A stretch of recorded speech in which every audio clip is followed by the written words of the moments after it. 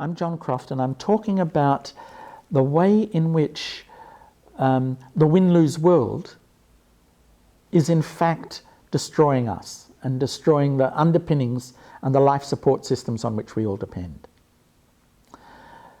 You see, the win-lose games that we have built into our culture, in education, in health, in the legal system, in government, and in the economy, are based on the idea that there are winners and losers. And the fact that there are winners and losers means that there's a certain segment of the population that is considered expendable, that is considered, that is blamed for their own condition.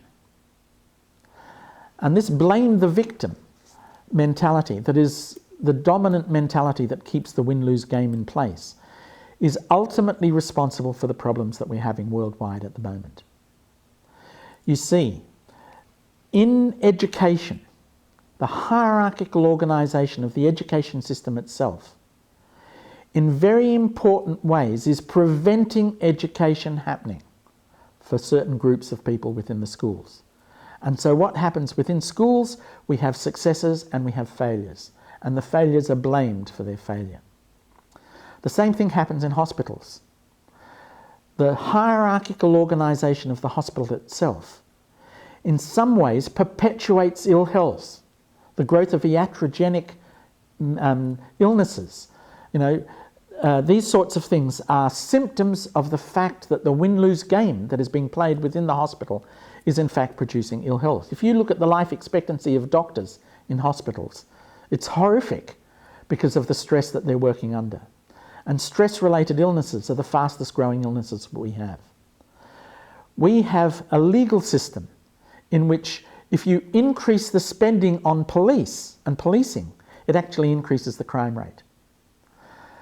For example, in the United States, where they still have the death penalty, it's been shown on the basis of DNA evidence that 10% of those people who are executed for crimes are innocent of the crimes that they've been executed for. This is a justice system that is in fact perpetuating injustice. And we have a worldwide economy at the moment, an economy that's worldwide, that in fact cannot economize. The system is based on debt, not based on savings. And if we were to pay all the debts on the planet as a whole, we'd have no money left. And in fact, we'd still be in debt because we haven't paid the interest. So these are win-lose games in which losing is a built-in part of the game itself. Now, these win-lose games survive by keeping the loss, by keeping the fact that they're self-contradictory hidden. If we can make the contradictions within these systems visible, that creates a space in which we can innovate and change.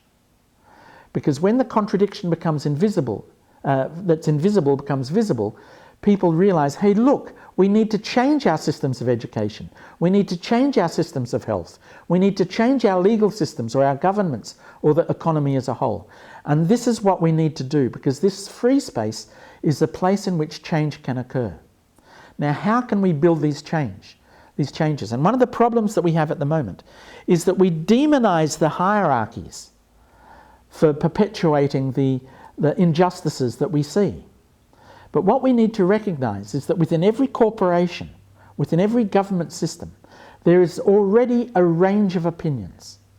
And in fact, the range of opinions, even within corporations like Monsanto, that's doing so much damage around the world at the moment, that within Monsanto itself, there's a range of opinions that is as great as the range of opinions within the community as a whole. And if we demonise these organisations, what we are doing is we are weakening the position of potential allies within these organisations and corporations and governments. And we are in fact strengthening the position of those people who we would recognise as psychopathic or sociopathic, and in fact working against the interests of building a sustainable world in the Great Turning.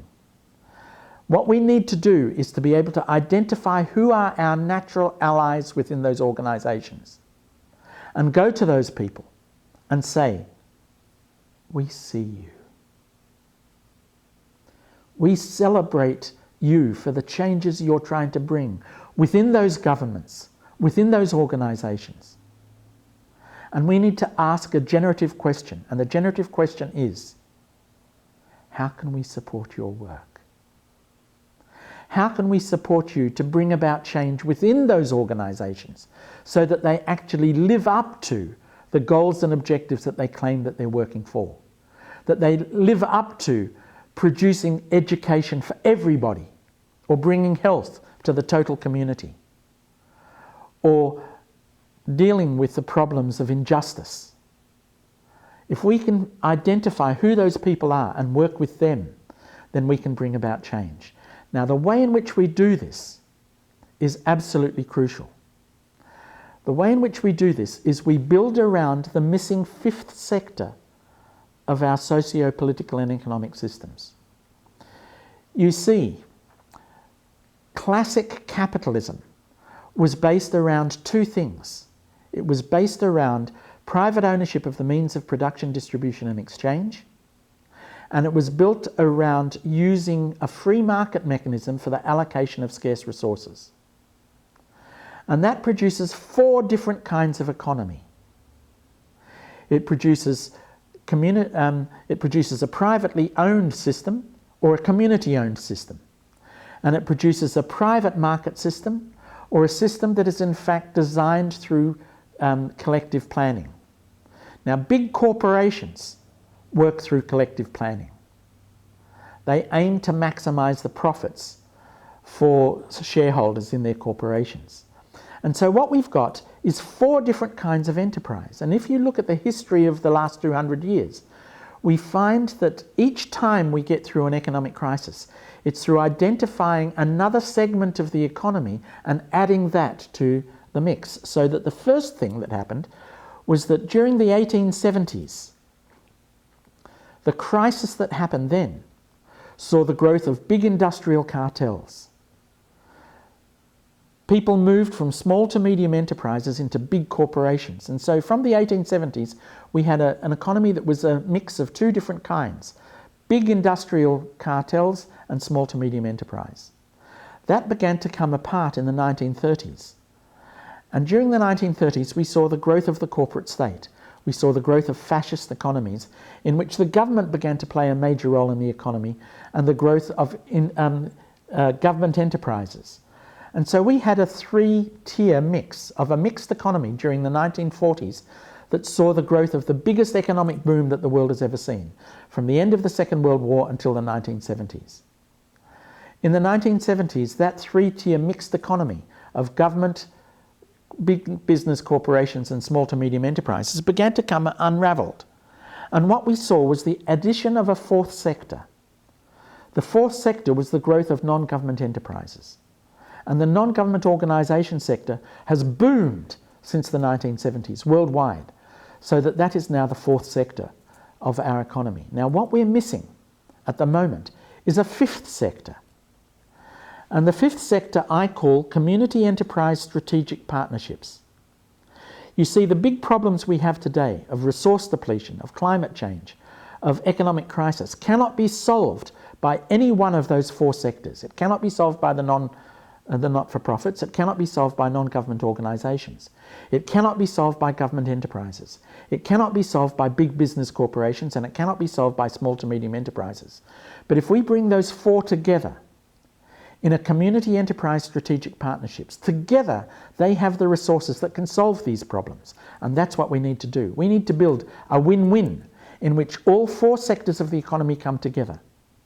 And out of building a win-win, not a win-lose, a win-win in which all four sectors work creatively and constructively together, we can solve the problems of climate change. We can solve the problems of resource depletion. We can solve the problems of extinction and biodiversity, loss of biodiversity. But we need to do it collectively and creatively, and stimulating the liberation of a collective intelligence among these organisations, a collective intelligence that's not based on collective stupidity of win-lose games. Because that's what's happening at the moment. We're playing a collective stupidity. We cannot depend on corporations for these answers. We cannot depend on governments for these answers. They are the very things that created the problems in the first place. We need a different way of thinking. And this is what Dragon Dreaming helps to provide. Dragon Dreaming helps to liberate this collective intelligence through people coming together in partnership to create problem-solving projects that make a difference at the level of local communities. Big projects grow out of successful little projects, and by stimulating the creativity of these little projects, we can find the answers.